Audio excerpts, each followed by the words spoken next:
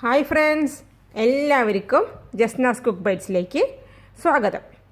ഓണമൊക്കെ ആഘോഷിച്ച് എല്ലാവരും സന്തോഷമായിട്ടും സേഫായിട്ടും ഇരിക്കുന്നു എന്ന് വിശ്വസിക്കുന്നു. ഇന്നത്തെ റെസിപ്പി ഒരു ഫിഷ് കറിയാണ്. നമ്മൾ കോമൺ ആയിട്ട് ഉണ്ടാക്കുന്ന ഒരു കറിയാണ് ഫിഷ് കറി. അപ്പോൾ സാധാരണ ഉണ്ടാക്കുന്നതിൽ നിന്ന് ഒരു ചെറിയ വ്യത്യാസം ഇന്നത്തെ ഫിഷ് കറിക്ക് ഉണ്ട്. നമ്മളിതിൽ മല്ലിയും മുഴുവനായിട്ടുള്ള മുളകൊക്കെ വേവിച്ച് അരച്ചിട്ടാണ് ഈ ഫിഷ് കറി ഉണ്ടാക്കുന്നത്.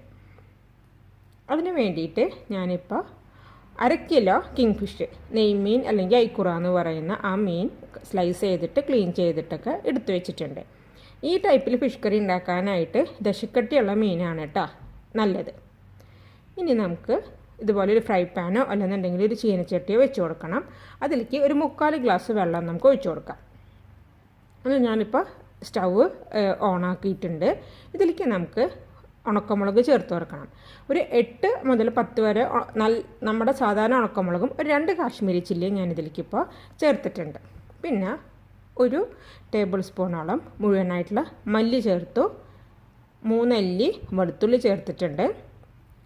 ഒരു മീഡിയം സൈസുള്ള തക്കാളി ഇതുപോലെ സ്ലൈസ് ചെയ്തിട്ട് ചേർത്തിട്ടുണ്ട്. 1/2 ടേബിൾ സ്പൂണോളം കസൂരി മെത്തി. ഇത്രയും ചേർത്തിട്ട് ഇത് നന്നായിട്ട് വെള്ളത്തിലിട്ട് നമുക്കങ്ങ് വേവിക്കണം. അപ്പോൾ നമ്മുടെ മുളകും മല്ലിയൊക്കെ വെള്ളത്തിൽ കിടന്നൊന്ന് നന്നായിട്ട് വെന്ത് വരും. ഞാനിപ്പോൾ 1/2 കിലോ മീനിൻ്റെ അളവിലാണ് കേട്ടോ ഇതിൻ്റെ അളവ് പറഞ്ഞിട്ടുള്ളത്. ഇത് നന്നായിട്ട് തിളച്ച് നമ്മുടെ വെള്ളമൊക്കെ ഒരു ഇതൊക്കെ വറ്റി മുളകും മല്ലിയൊക്കെ അതിൽ കിടന്നിട്ടൊന്ന് വെന്ത് നല്ല സ്മെല്ല് വരുന്നുണ്ട് കേട്ടോ. ഇനി നമുക്ക് ഇത് തീ ഓഫാക്കിയതിന് ശേഷം ഒന്ന് ചൂടാറാനായിട്ട് വെക്കണം. ചൂടാറി കഴിഞ്ഞ് കഴിഞ്ഞാൽ നമുക്കിതിനെ ഒന്ന് നന്നായിട്ട് അരച്ചെടുക്കണം. നമ്മൾ വേവിച്ചതാണ് മല്ലിയും മുളകൊക്കെ, അപ്പോൾ നമുക്ക് ഇത് പെട്ടെന്ന് തന്നെ അരച്ചെടുക്കാനായിട്ട് പറ്റും. നമ്മൾ അരച്ചെടുക്കുന്ന സമയത്ത് വേറെ എക്സ്ട്രാ ഇതിലേക്ക് വെള്ളമൊന്നും ആഡ് ചെയ്യേണ്ട ആവശ്യമില്ല. അല്ലാതെ തന്നെ നമുക്കിത് നന്നായിട്ട് അരഞ്ഞ് കിട്ടും. അപ്പോൾ അതെ, നമ്മുടെ അരപ്പ് ഇവിടെ തയ്യാറായിട്ടുണ്ട്.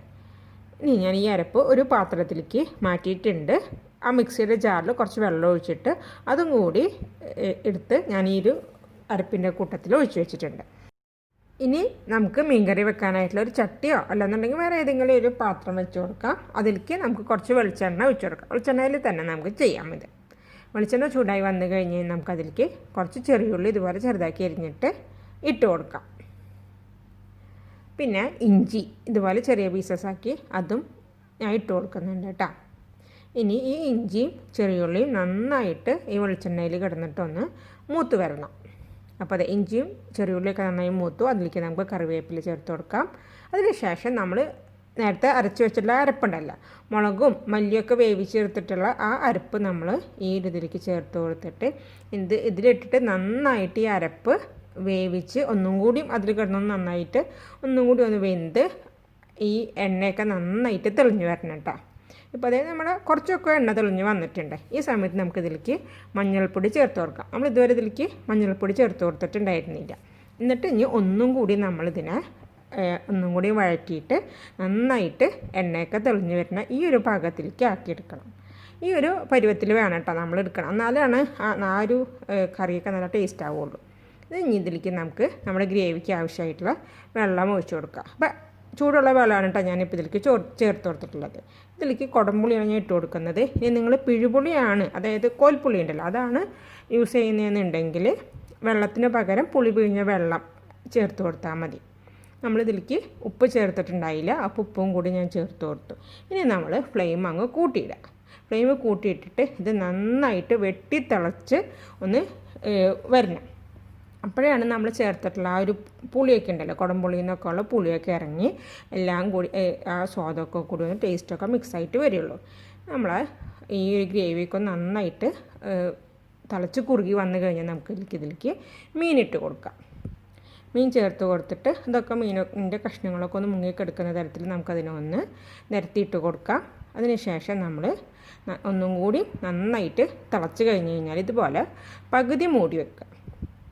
പകുതി മൂടി ഒരു 5-8 മിനിറ്റ് അങ്ങനെ പകുതി മൂടി വെച്ചാൽ തന്നെ നമ്മുടെ മീനൊക്കെ നന്നായിട്ട് വെന്ത് കിട്ടും. ഇനി നമ്മൾ ഒന്ന് തുറന്ന് വെച്ചിട്ട് ഒരു 5 മിനിറ്റും കൂടി നമ്മൾ കുക്ക് ചെയ്യാം.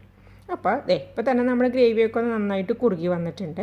ഒരു 5 മിനിറ്റും കൂടി നമ്മളിതുപോലെ തുറന്ന് വെച്ചിട്ട് കുക്ക് ചെയ്യണം.